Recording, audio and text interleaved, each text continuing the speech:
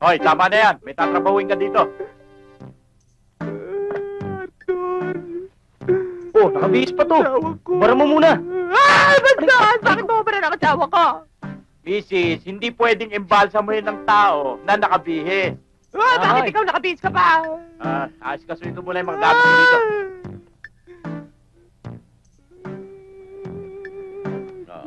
Die for me, Arthur Ninong!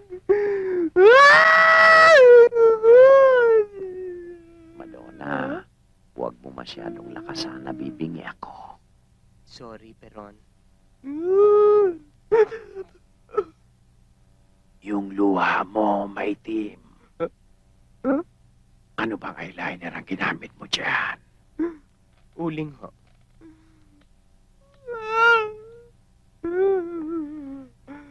O, ba't nakadamit pa to? Tanggalin na to. Teka. Bakit yan ang gamit mo? Ano ka ba, embalsamador o sapatero? Akong assistant niya.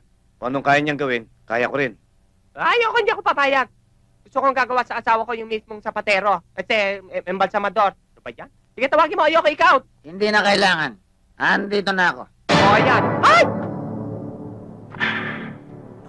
Yung embalsamador, yan ang gustong pumatay sa akin.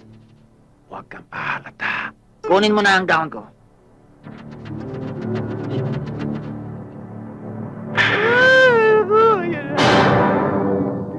Mrs. Nakikiramay po ako sa inyo. Bless you. Oh, bakit hindi pa tinatanggalan ng damit ito? Eh, ayaw ho ni Mrs. Mrs. Dapat maintindihan ninyo na bawal ang may ibang tao rito maliban sa amin. Mas lalo kapag may embalsamuhin. Ayoko. Hindi ako alis dito. Hindi ko iiwan ang asawa ko to. Sige na, Mrs. Lumabas na kayo. Ayoko. Sige na. Kakapitin. Ayoko. Sige na sa akin!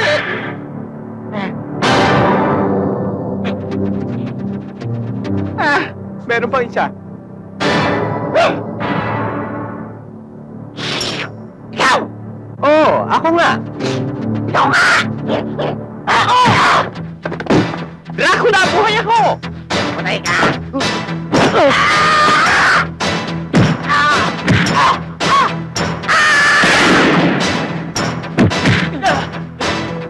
Maporma ka, ha? Eto, mapormalin. Baba niyo yung parilyo! Brad, baba niyo muna yung parilyo. Baba niyo, sabi! Kayo yan, baba niyo! Ibaba niyo yung parilyo! Sinabing babae! Watch and learn! Brad.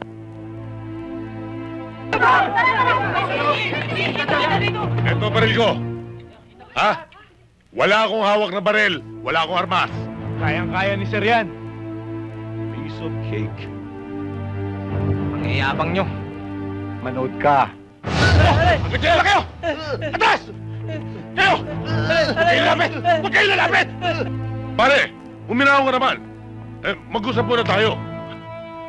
Pare-pareho naman tayo Kristiyano eh. Hindi ako Kristiyano! Sir, iyan mo siya. Sir, yan ang specialty niya. Manood na lang kayo, sir. Kung ganun eh, alalahanin mo man lang yung asawa mo at mga anak. Wala akong asawa at anak! Wala. Ayos lang to. Isipin mo man lang yung magulang mo at mga kapatid na magiging nagpis pag namatay ka. Hindi na ako! Ganun ba? Hindi ako nakikipag-usap sa tao! Ay, hindi ko nakikita pa na! Ganun. Di magtatanggal ako ng salamin, mag-usap tayo. Hoy, paano yan? Ha?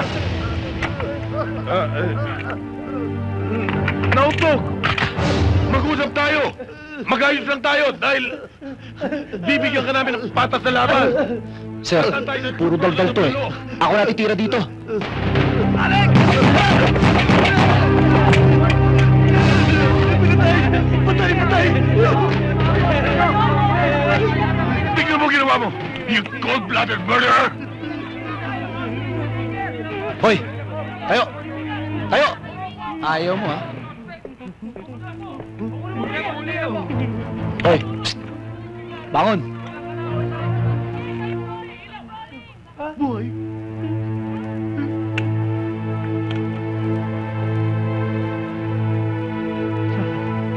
O kayo? Buhay ako! Wala akong tama! Sir, salamat, Dex. sir. Salamat. Taling mo na yan. Sir, dapat dinuluyan ko na to eh. Sige na. Salamat, Sige. sir. Ligo nga!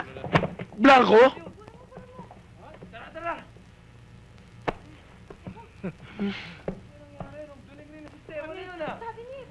Yan ang Filipino style. Ang galing niyo naman, sir! Kaya idolo kita eh. Hindi ka tulad dun. Oo, walang sinabi yun, oh! Ay, bukas sir. Conference kayo sir. Salamat. Sir! Pangako sir. Isang balikbayan ang kinidnap ng mga dati mong tauhan na hanggang ngayon, hindi pa nahuhuli sa pangunguna ni Commander Balileng. Papatayin nila ito kapag nagpakilos ako ng mga tauhan ko. Meron taong nakahandang magbigay ng malaking pabuya.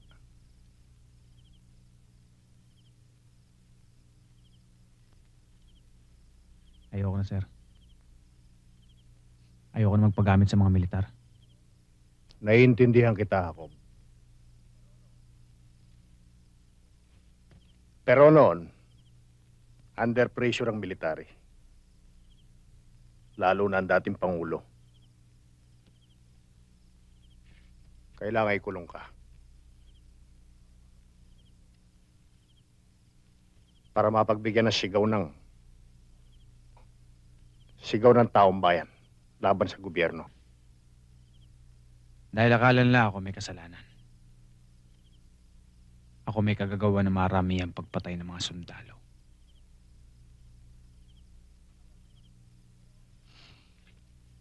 Matagal na yon, Jacob. Pero hanggang ngayon narito pa rin ako. Ako nagbabayad ng kasalanan ng iba. Hindi na ngayon. Kaya ako naparito. Kung papayag ka. Hindi lamang tatanggap ka ng malaking halaga.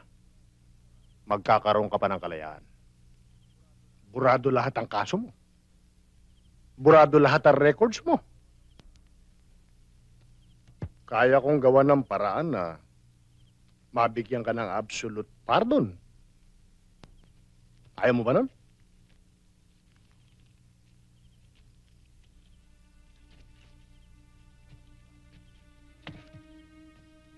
Alam mong kaya ko yon.